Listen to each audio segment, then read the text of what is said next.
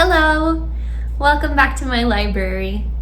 Today we're going to read chapter 13 of James and the Giant Peach by Roald Dahl, illustrated by Nancy Ekholm Burkert.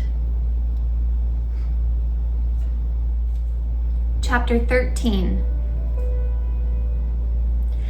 A few minutes later, Miss Spider had made the first bed. It was hanging from the ceiling, suspended by a rope of threads at either end, so that it actually looked more like a hammock than a bed. But it was a magnificent affair, and the stuff that it was made of shimmered like silk in the pale light. "I do hope you'll find it comfortable," Miss Spider said to the old green grasshopper. "I made it soft and silky as I possibly could. I spun it with gossamer. That's a much better quality thread than the one I use for my own web." "Thank you so much, my dear lady," the old green grasshopper said, climbing into the hammock. "Ah, this is just what I needed. Good night, everybody. Good night." Then Miss Spider spun the next hammock, and the ladybug got in. After that, she spun a long one for the centipede, and an even longer one for the earthworm. "How do you like your bed?" she said to James when it came to his turn. "Hard or soft?" "I like it soft, thank you very much," James answered. "Oh, for goodness sake, stop staring around the room and get on with my boots," the centipede said. "You and I are never going to get any sleep at this rate. And kindly line them up neatly in pairs as you take them off. Don't just throw them over your shoulder." James worked away frantically on the centipede's boots. Each one had laces that had to be untied and loosened before it could be pulled off. And to make matters worse, all the laces were tied up in the most terrible, complicated knots that had to be unpicked with fingernails. It was just awful.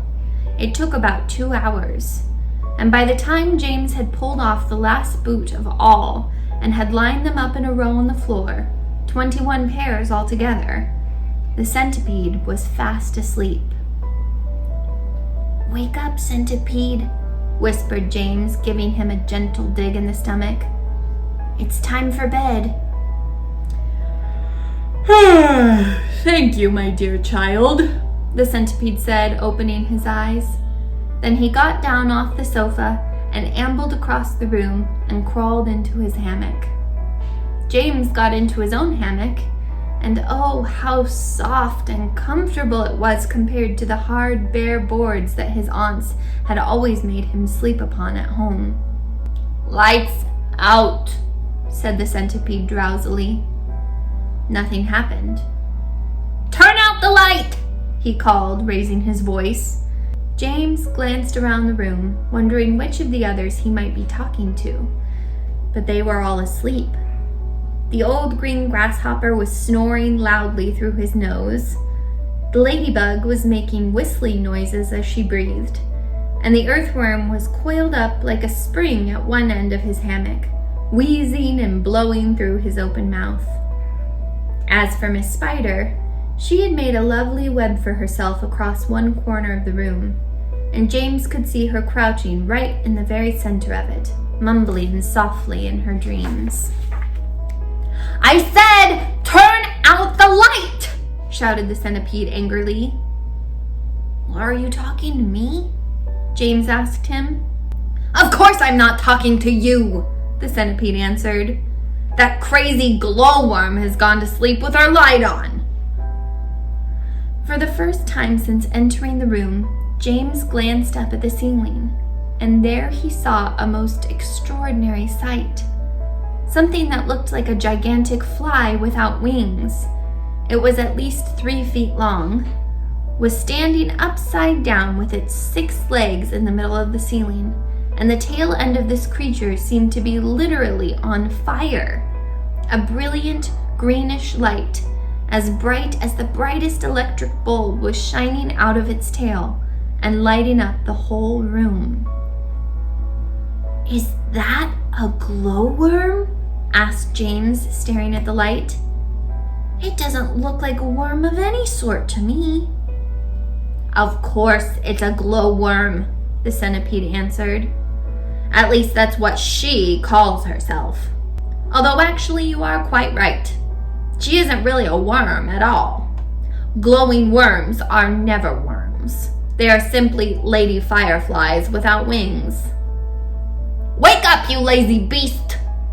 But the glowworm didn't stir, so the centipede reached out of his hammock and picked up one of his boots from the floor.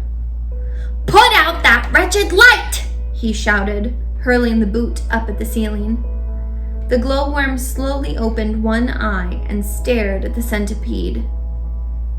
"There's no need to be rude," she said coldly.